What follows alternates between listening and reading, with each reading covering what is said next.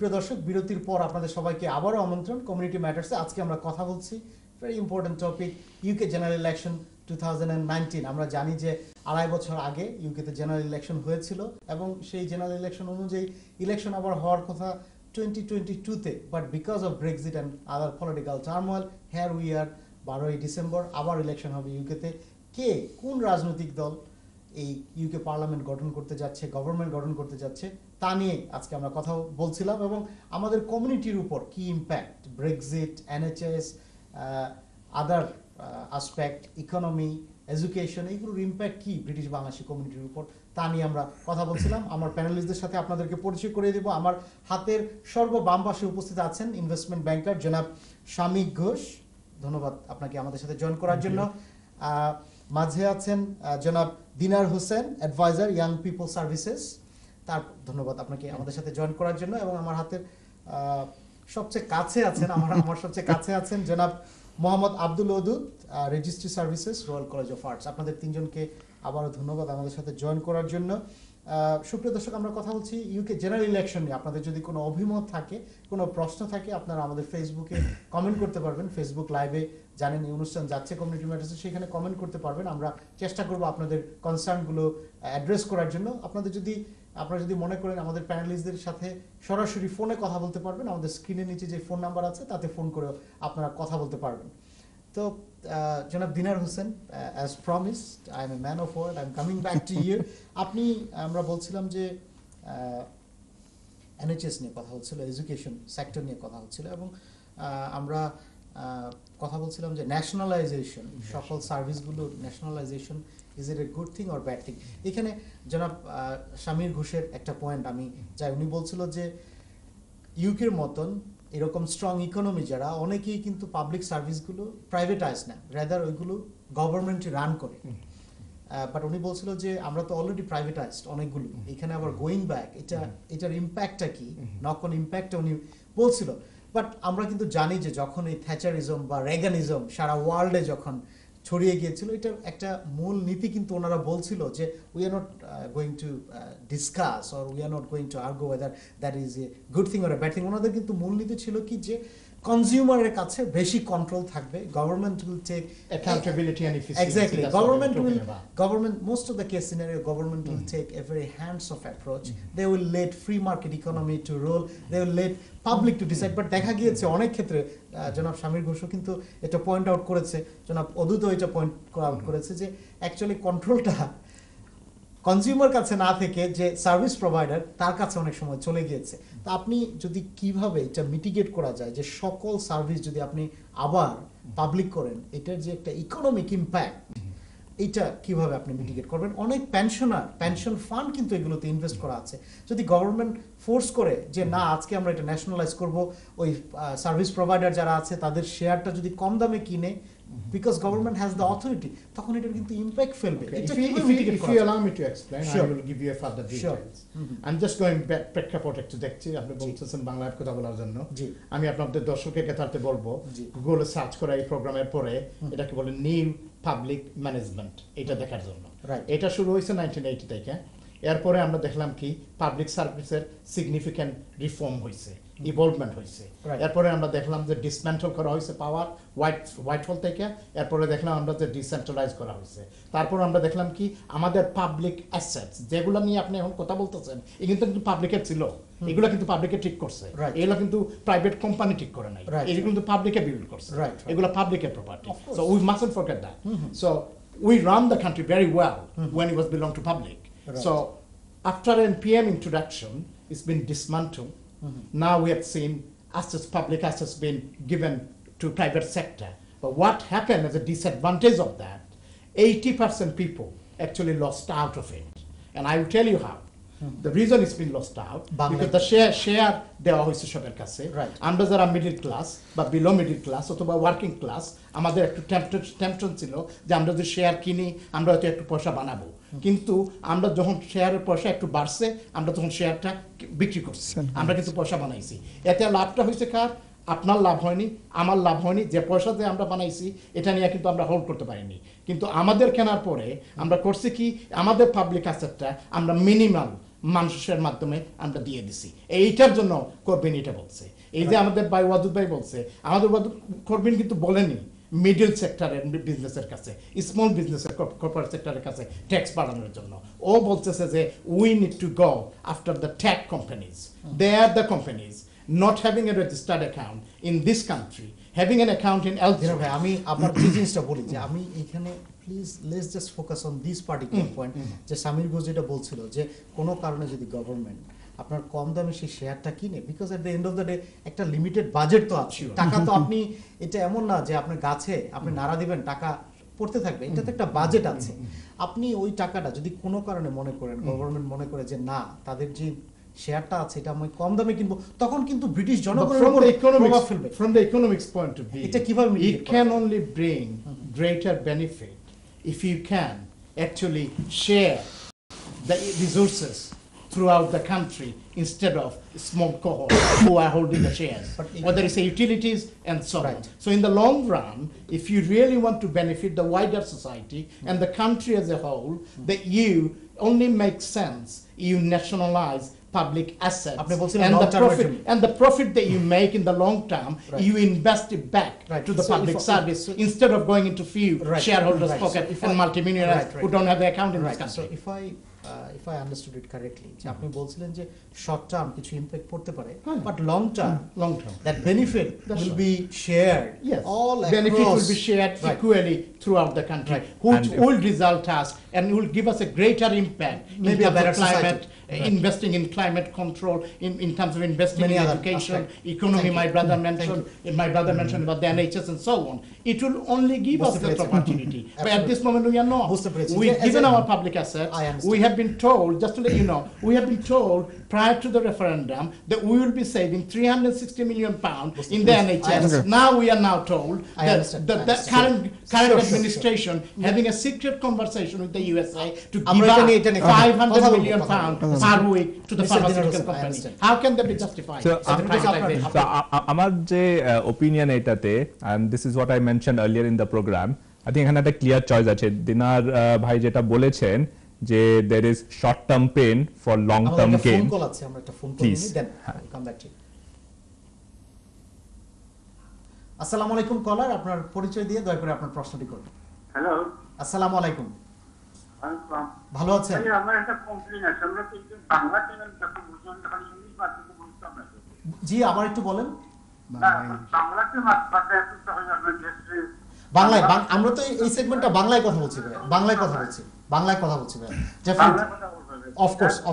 Of course আমরা অনুষ্ঠান শুরু করেছিলাম ইংলিশে আমরা প্রথমেই বলে নিয়েছি যে আমরা বাইলিঙ্গুয়াল করব এই যে এই সেগমেন্টটাতে আমরা পুরোটাই কিন্তু বাংলায় কথা বলছি আমার প্যানেলিস্টরা বাংলায় কথা বলছে thank you so much for watching our program and thank you for raising this important concern thank you very much thank you তো আমি ফার্স্ট অফ অল দর্শকদের সরি বলতে চাই যে আমি কিন্তু না ইটস আ ভ্যালিড পয়েন্ট আমি বেশিরভাগ ইংরেজিতে বলেছি জাস্ট বিকজ সেই ল্যাঙ্গুয়েজটা আমার জন্য better for in terms of communication among the opinions but I think all of you you have been communicating very efficiently so fair enough so যে পয়েন্টটা আমি বলছিলাম যে দিনার ভাই যে পয়েন্টটা বললেন যে there is short term pain for long term gain এইটা হচ্ছে একটা one of the clear যেরকম ব্রেক্সিট একটা ক্লিয়ার ডিফারেন্সিয়েশন আছে amongst the various parties আমার মনে হয় যে এই পয়েন্টটা নিয়েও একটা ক্লিয়ার ডিফারেন্সিয়েশন আছে সব পার্টিদের ভেতরে তো ইট গোজ ব্যাক টু ইলেক্টোরেট ভোটারদের কি চায় আর they happy or will they accept যে আমার শর্ট টার্ম পেন হবে আমি শর্ট টার্মের জন্য I will have some issues I will have monetary problems but long term wider society will improve maybe I'll live in a more harmonious society exactly but be clear that you will have short term pain and এটা একটা option হলো and আরেকটা option হচ্ছে যে আমার হয়তো short term directly impact হবে না বাট অ্যাজ যেরাম ইনস্টিটিউট অফ ফিসক্যাল স্টাডিজ বলেছে যদি কনজারভেটিভদের ম্যানিফেস্টো দেখা যায় যা ওরা প্রমিস করেছে in terms of not raising taxes considering that aspect যে ওরা বলেছে যে পাবলিক সার্ভিসে পয়সা ইনভেস্ট করবে সেটা হয়তো পসিবল না সো চয়েস ক্লিয়ার দুটো রয়েছে option 1 I will, I'll invest in the wider social good against short-term personal loss, or option 2, I wouldn't get impacted directly short-term, but austerity might continue. Right. That's the clear choice. Thank you very much. Thank you. I think আমার মনে হয় যে আমাদের দর্শকরা খুব ভালো মতন বুঝে গিয়েছে। জনাব ওদুদ আহমেদ, আপনি যদি বলেন যে আমি ওদুদ আহমেদ বলি, মোহাম্মদ আব্দুল ওদুদ, জনাব মোহাম্মদ আব্দুল ওদুদ, আপনি যদি বলেন যে আমাদের কমিউনিটির উপর, পার্টিকুলারলি বাংলাদেশি কমিউনিটির উপর, আমরা তো ব্রিটিশ বাংলাদেশিরা ভোট দিতে পারে, কমনওয়েলথভুক্ত সিটিজেন কিন্তু ভোট দিতে পারে, we have a major stake. এবং এখানে কিন্তু যারা ইন্ডিপেন্ডেন্ট অনেক এক্সপার্টরা বলছে যে এথনিক মাইনরিটিরা এই ইলেকশনের পুরো রূপরেখাটা চেঞ্জ করে দিতে পারে। আমাদের কমিউনিটি কিন্তু অনেক সময় অনেকেই বলে যে পলিটিক্যাল পার্টিগুলো they have taken our community, particularly British Bangladeshi community for granted. এই কমপ্লেনটা বেশি আসে লেবার পার্টির ক্ষেত্রে, রাইট? এখন অন্যান্য পলিটিক্যাল পার্টিগুলো they are also trying to reach out to British Bangladeshi community আর বাংলাদেশি কমিউনিটি। আপনি কি এটা এগ্রি করেন না ডিসএগ্রি করেন? না, এটা পার্শিয়ালি এগ্রি করি, কারণ নট অনলি বাংলাদেশি কমিউনিটি, অন্যান্য ইমিগ্রেন্ট কমিউনিটি এটা অলমোস্ট একটা গ্রান্টেড ছিল লেবারের জন্য। লেবারের বড় একটা ভোট ব্যাংক হচ্ছে এথনিক মাইনরিটি কমিউনিটি, বাট এটা চেঞ্জিং র্যাপিডলি অ্যাকচুয়ালি। আপনি যদি গত ইলেকশনে যদি দেখেন, কনজারভেটিভ পার্টি কিন্তু রেকর্ড নাম্বার অফ এমপিস তারা সিলেক্ট করেছিল এথনিক মাইনরিটি। নর্মালি কনজারভেটিভ আগের ইলেকশনগুলোতে দেখলে এতটা হয় নাই, বাট এবারও তারা অনেকটাই ভালো করতেছে। এবং এটা কিন্তু অন্যান্য রাজনৈতিক দলেও কিন্তু দিচ্ছে labour party, Lib Dem, just the main thing here actually, আমাদের যে ethnic minority community including Bangladeshi community, আমাদেরকে তারা নেবে না কেন? Because we are doing good, we are well. হ্যাঁ, আমরা এখন ডিরেক্টলি ওদের সাথে আমরা কম্পিটিশন করতেছি। মেইনস্ট্রিমে আমাদের সবাই ভালো ভালো পজিশনে আছে, ভালো জব করতেছে। So they are pretty much involve with national politics, so why not? একটা নাম্বার অফ এমপিও আছে। হ্যাঁ, নাম্বার অফ। আরেকটা জিনিস যেটা আপনি বলছিলেন, I think it's also important to say that we are, is the mainstream media, we are forcing Jeremy Corbyn to apologize for anti-Semite, which he did not do, probably others done in his party. He did say not 0.1% and so on. He did not deny that. Here, you got Boris Johnson, who is clearly saying আমরা এই জিনিসটাতে আসবো, আমরা এই ব্যাপারটাতে কথা বলছি না। আপনি একটা জিনিস দেখেন, আমরা we are not, please you need to be respectful with the format of my program, please. If I may, I will come back to you. আমরা এই পয়েন্টটা বলছি। But you are talking about BME. বাংলাদেশে আমি আপনার কাছে আসবো। No, of course, এখানে প্রত্যেকটা রাজনৈতিক দলই ওনাদের ফেইথের উপর ওনারা একটা ম্যানিফেস্টো দিয়েছে, ওনারা কথা বলেছে। Will come back to that. আপনি যেটা বলেছিলেন আমাকে যে আমাদের কমিউনিটি এদের পলিসি দিক দিয়ে কিভাবে এফেক্টেড হবে, আমি একটা পলিসির কথা আগে উল্লেখ করেছি, আপনারা হয়তো শুনেছেন যে কর্পোরেশন ট্যাক্স যদি ইনক্রিজ করা হয়, তাহলে 2% ইনক্রিজ হলেও কিন্তু আমাদের যে এথনিক মাইনরিটি যে কমিউনিটি, বাংলাদেশি কমিউনিটি বা অন্যান্য যে কমিউনিটি আছে, এরা কিন্তু স্মল এবং মিডিয়াম এন্টারপ্রাইজের উপর ডিপেন্ড করে তাদের সংসার চলে। তো এরা যদি 2% এক্সট্রা পে করে rather than those big take companies, সেখানে এটা একটা সমস্যা। এখন টেক কোম্পানিগুলো সম্পর্কে একটু বলতে হবে।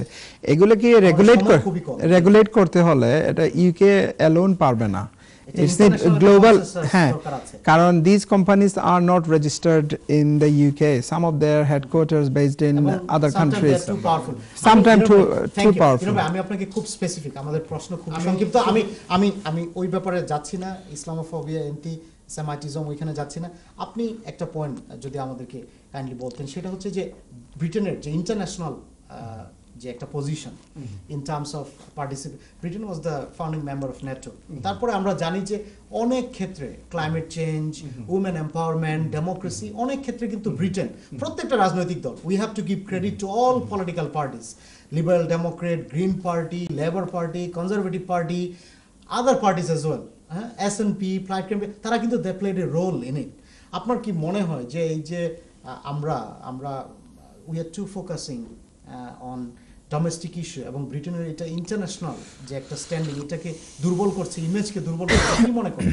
I personally think, and I'm not going to name any political party before you told me already about that, but I can tell and voter already decision make করতে পারবে.